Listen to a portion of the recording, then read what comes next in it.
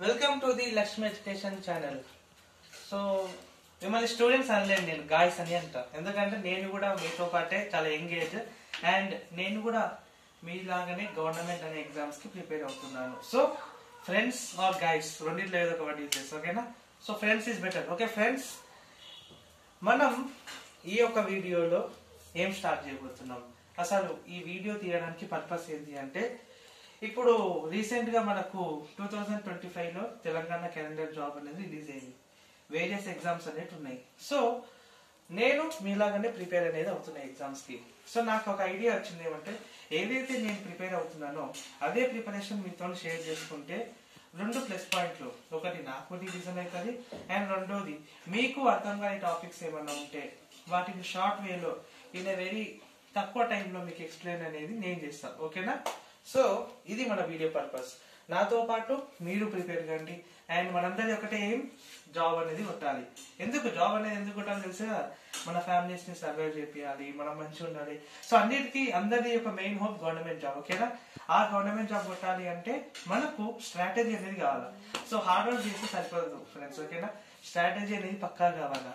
And మనకి Indian history, Telangana history, ఇట్లా so many topics ఉంటాయి. సో ఏ టాపిక్స్ నుంచి అయితే క్వశ్చన్స్ ఎక్కువగా వస్తాయో వాటిని నేను ఏదైతే ప్రిపేర్ అయ్యానో వాటిని మీతో షేర్ చేయాలని అనుకుంటున్నాను, ఓకేనా? సో అందుకని చెప్పి నేను first Indian history series start చేస్తున్నా. అంటే ఇండియన్ హిస్టరీలో ఏ టాపిక్స్ అనేవి ఇంపార్టెంట్, వాటిని మీకు ఒకవేళ రిక్వెస్ట్ మీరు పెడితే వాటిని సీరియల్ వైజ్ గా తీసుకెళ్తాను నేను, సిరీస్ వైజ్ గా. బట్ ఏవి ఇంపార్టెంట్ టాపిక్స్, నాకు ఏవి ఇంపార్టెంట్ అనుకుంటున్నా, ప్రీవియస్ ఇయర్ క్వశ్చన్స్ నేను రిఫర్ చేసి వేటి నుంచి మన క్వశ్చన్స్ ఎక్కువగా దిగుతాయి అండ్ ఏ టైప్ ఆఫ్ క్వశ్చన్ దిగొచ్చు వాటిని మనం ఎక్స్ప్లెయిన్ చేసుకున్నాం, ఓకేనా? సో స్టార్ట్ చేసేద్దామా ఈ రోజు వీడియోలో మన టాపిక్ రౌల్ యాక్ట్ యాక్ట్. అసలు రౌల్ యాక్ట్ యాక్ట్ అంటే ఏంటి అని అర్థం, ఓకేనా? యాక్చువల్ గా సెకండ్ వరల్డ్ వార్ అనేది 1914 లో స్టార్ట్ అయింది. అప్పుడు బ్రిటిష్ అనేది ఏమైంది అంటే, ఇండియా అనే దాన్ని కాన్సన్ట్రేషన్ తగ్గి కొద్దిగా వార్ పైన అయింది. అప్పుడు బ్రిటిష్ కి ఒక ఆలోచన ఉంటుంది కదా, ఇప్పుడు మనం ఇండియాలో లేము, ఈ కొడుకులు ఎస్పెషల్లీ ఫ్రీడమ్ ఫైటర్స్ వీళ్ళందరూ కూడా మనకు అగెన్స్ట్ అవుతారు కదా. సో వీళ్ళని కంట్రోల్లో పెట్టాలి అని చెప్పి బ్రిటిష్ కొత్త యాక్ట్ తీసుకొచ్చింది. ఆ యాక్ట్ ని మనం ఏమని అంటామంటే రౌల్ యాక్ట్ యాక్ట్ 1919. అసలు యాక్ట్ ఎట్లా వచ్చింది? సింపుల్. యాక్చువల్ గా ఫస్ట్ బ్రిటిష్ పార్లమెంట్ ఏం చేసింది అంటే, బ్రిటిష్ ఇండియా దేనైతే బ్రిటిష్ కంట్రోల్ చేస్తుందో ఈ రెవల్యూషనరీ ఫ్రీడమ్ ఫైటర్స్, కొంతమంది ఫ్రీడమ్ ఫైటర్స్ ని వాళ్ళు లేనప్పుడు లైక్ ఎటువంటి యాక్టివిటీస్ జరగకుండా వాళ్ళకి అగెన్స్ట్ పీపుల్ రేజ్ కాకుండా anarchical and revolutionary crimes act 1919 అని తీసుకొచ్చింది. What is the name? Anarchical and revolutionary crimes act. So దీన్ని మనము రౌల్ యాక్ట్ యాక్ట్ అని అంటాం. ఎందుకు? బికాస్ బ్రిటిష్ ఏం చేసింది అంటే ఒక కమిటీని ఫామ్ చేసింది. ఆ కమిటీకి హెడ్ ఎవరంటే రౌల్ యాక్ట్ అనే ఒక వ్యక్తి. సో అతను రికమెండేషన్ ఇచ్చిండు, ఈ విధంగా మనం ఒక యాక్ట్ పాస్ చేయాలని. సో అతను రికమెండేషన్ ఇస్తే పాస్ చేసిందే anarchical and revolutionary crimes act 1919. Rowlatt act అనే ఒక వ్యక్తి మనకు ఇచ్చిండు రికమెండేషన్, కాబట్టి దాన్ని రౌల్ యాక్ట్ యాక్ట్ 1919 అని అంటాం, ఓకేనా? సో ఇది మనకు బుక్ లో మెన్షన్ చేసింది. కానీ బుక్ లో మెన్షన్ చేయని ఇంకో పాయింట్ ఏంటంటే, 1915 లోనే వార్ స్టార్టింగ్ టైం పీరియడ్ లోనే డిఫెన్స్ ఆఫ్ ఇండియన్ యాక్ట్ అని ఒకటి వచ్చింది. దాన్ని ఎక్స్టెండ్ చేసి రౌల్ యాక్ట్ యాక్ట్ అనేది వచ్చింది, ఓకేనా? సో రౌల్ యాక్ట్ యాక్ట్ అంటే ఏంది, ఇందులో ఏం చేస్తారు? మామూలుగా రౌల్ యాక్ట్ యాక్ట్ ఏంది అంటే ఒక రెస్ట్రిక్షన్ తీసుకొచ్చింది. అంటే పీపుల్ అనే వాళ్ళు ఫ్రీడమ్ మూవ్మెంట్స్ చేయకుండా, అసలు గవర్నమెంట్ అగ్నెస్ట్ గా పోకుండా ఉండడానికి కొన్ని రెస్ట్రిక్షన్ తీసుకొచ్చింది. అసలు ఏ రెస్ట్రిక్షన్స్ అనేటివి యాక్ట్ లో ఉన్నాయి? ఫస్ట్ వన్ ఏంటి అంటే, ఒకవేళ అవసరం అయితే ఎస్పెషల్లీ ఎక్కడైతే పీపుల్ ఉంటారో ఎటువంటి సర్చ్ వారెంట్ లేకుండా వాళ్ళ యొక్క ప్లేస్ ని సర్చ్ చేయొచ్చు. రెండో, వారెంట్ లేకుండా అరెస్ట్ చేయొచ్చు. అండ్ థర్డ్ వన్, ఒకవేళ పీపుల్ ని నువ్వు జైల్లో వేసినావు అనుకో, ఎటువంటి ప్రొసీడింగ్స్ ట్రయల్ జరగకుండా వాడిని నువ్వు డైరెక్ట్ లైక్ హ్యాంగ్ లేక పనిష్మెంట్ అనే దాన్ని మెన్షన్ చేయొచ్చు. సో ఈ 3 అనమాట. అంటే వారెంట్ ఇష్యూ చేయకుండా అరెస్ట్ చేయడం కానీ, ఒక ప్లేస్ ని సర్చ్ చేయడం కానీ. ఒకవేళ నీకు డౌట్ వచ్చి అరెస్ట్ చేసినావు అనుకో, ఎటువంటి ట్రయల్ ప్రొసీడింగ్స్ లేకుండా వారిని నువ్వు పనిష్మెంట్ అనేది ఇస్తున్నావు. మూడోది ఏంటి అంటే, ఇప్పుడు ఒక పర్సన్ జైల్లో అరెస్ట్ అయితే వారికి ఒక లీగల్ సర్వీస్ అనేది ఉంటుంది. బట్ లీగల్ సర్వీస్ అనేది లేకుండా చేసింది. సో ఈ విధంగా బ్రిటిష్ అనేది పీపుల్ పైన రెస్ట్రిక్షన్ ఉంచడానికి తీసుకొచ్చింది రౌలట్ యాక్ట్. ఫస్ట్ వన్ ఏంది, ఎటువంటి వారెంట్ లేకుండా సర్చ్ చేయొచ్చు, అరెస్ట్ చేయొచ్చు. సెకండ్ వన్, అరెస్ట్ చేసిన పర్సన్ ని ఎటువంటి ప్రొసీడింగ్ లేకుండా వానికి పనిష్మెంట్స్ అట్లా పెట్టవచ్చు. థర్డ్ వన్, వానికి ఎటువంటి లీగల్ సర్వీస్ అనేది అందుబాటులో ఉండదు. సో ఈ టైప్ అనే వాటిని తీసుకొచ్చింది. ఓకేనా?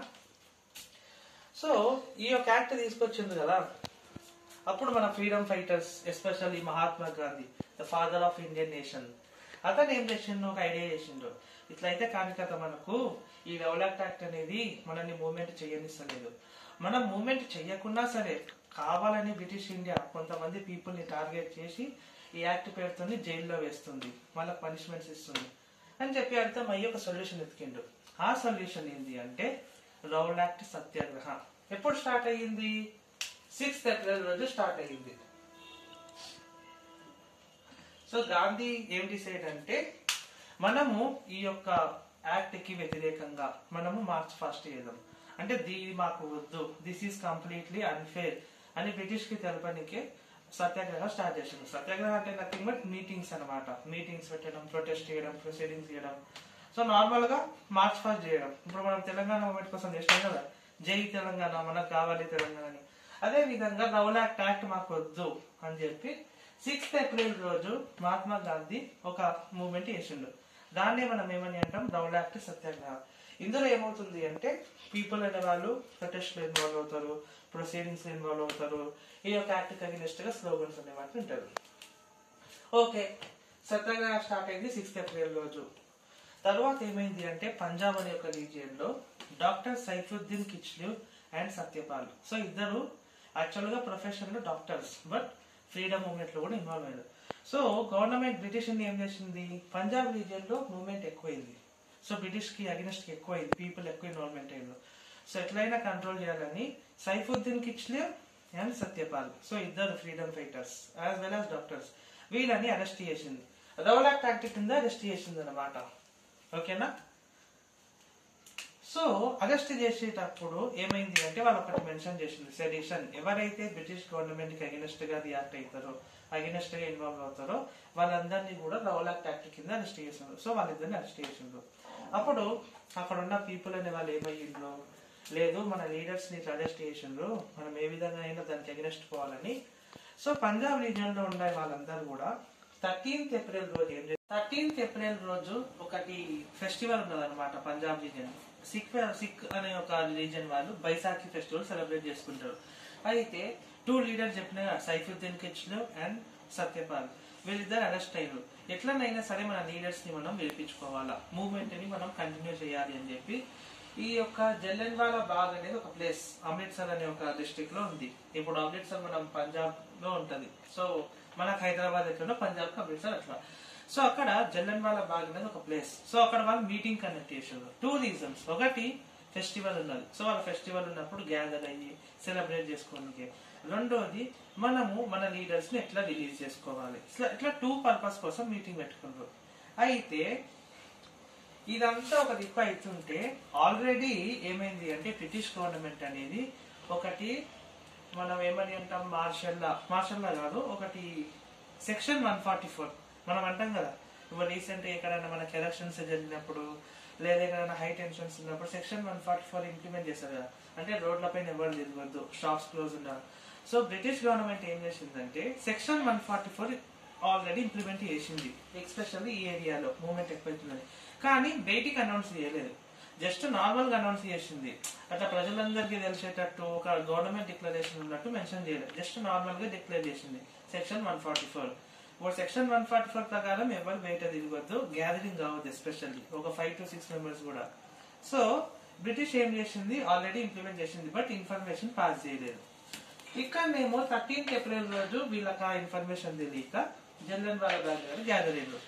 సో అప్పుడు ఏమైంది అంటే మన జనరల్ డయర్ ఆ అమృత్సర్ అనే ఒక రీజియన్ కి ఒక ఆర్మీ అనేది ఉంటది కదా, బ్రిటిష్ మెయింటైన్ చేస్తుంది కదా, ఆ ఆర్మీకి హెడ్ అనమాట. వీటి పేరే జనరల్ డయర్. వీడు ఏం చేసిండు, ఈ ప్లేస్ కి ఎంటర్ అయ్యిండు. ఓకే, నార్మల్ గా ఒక దగ్గర మూవ్మెంట్ జరిగేటప్పుడు సెక్షన్ 140. సో మన జనరల్ డయర్ అనేవాడు ఏం చేసిండు అంటే సెక్షన్ 144 ఆల్రెడీ ఇంప్లిమెంటేషన్ ఉంది కదా, నేను యాక్షన్ తీసుకోవచ్చు అని చెప్పి ఈ ఏరియాలోకి ఎంటర్ అయ్యి వితౌట్ ఎనీ ఇంటిమిటేషన్ అంటే ఏమాత్రం కూడా ఇన్ఫార్మ్ చేయకుండా పోలీస్ ఫైటింగ్ స్టార్ట్ చేసిండు. అదే ఆర్మీ యొక్క పీపుల్ తోని ఫైటింగ్ స్టార్ట్ చేసిండు. దీన్నే మనము జలియన్ వాలా బాగ్ మసాకర్ అని అంటాం. నెంబర్ ఆఫ్ పీపుల్ అనే వాళ్ళు చనిపోయింది అనమాట. సో ఇది అన్నమాట ఈ టాపిక్. సో ఎక్కడికి ఎండ్ అయింది ఇది 13th ఏప్రిల్ రోజు ఇది అయిపోయిన తర్వాత around 19th April 20th April Gandhiji ఏం చేసిండు, మూవ్మెంట్ అనేది కంప్లీట్లీ రాంగ్ డైరెక్షన్ లో వెళ్ళిపోయిందని రౌలాక్ట్ సత్యాగ్రహ ఏదైతే 6th ఏప్రిల్ స్టార్ట్ చేసిండో ఎండ్ చేసిండు. సో ఈ విధంగా రౌలాక్ట్ యాక్ట్ అనేది వచ్చింది, దానికి సత్యాగ్రహ స్టార్ట్ చేసినాం. బట్ మధ్యలో బ్రిటిష్ చేసిన ఒక action that is Jallianwala Bagh massacre తో వల్ల 28th ఏప్రిల్ అనేది జలియన్ వాలా బాగ్ మసాకర్ వల్ల మూవ్మెంట్ ఎండ్ అయింది. సో ఇది రౌలాక్ట్ యాక్ట్ యొక్క టాపిక్. అయితే ఈ టాపిక్ నుంచి మీకు క్వశ్చన్స్ అనేవి ఏ విధంగా రావచ్చు, సో ఏ క్వశ్చన్స్ రావచ్చు మీకు నేను ఇప్పుడు ఎక్స్ప్లెయిన్ చేస్తాను. ఫస్ట్ క్వశ్చన్, రౌలాక్ట్ యాక్ట్ ఎప్పుడు వచ్చింది? In which year the Rowlatt act was passed? In 1919. What was another name of Rowlatt act? Rowlatt act ని మనం ఇంకేమని అంటాము? Anarchical and revolutionary crimes act 1919 అని అంటాం. అసలు ఈ రౌలాక్ట్ యాక్ట్ చెయ్యమని చెప్పి సజెషన్ ఇచ్చిన కమిటీ ఏది? రౌలాక్ట్ కమిటీ పేరు కూడా అదే. అండ్ ఇవన్నీ అయిపోయిన తర్వాత రౌలాక్ట్ సత్యాగ్రహ అనేది ఎప్పుడు స్టార్ట్ అయింది? 6th ఏప్రిల్ స్టార్ట్ అయింది. ఇది ఒక క్వశ్చన్ రావచ్చు. నెక్స్ట్ ఇంకో క్వశ్చన్ ఏది?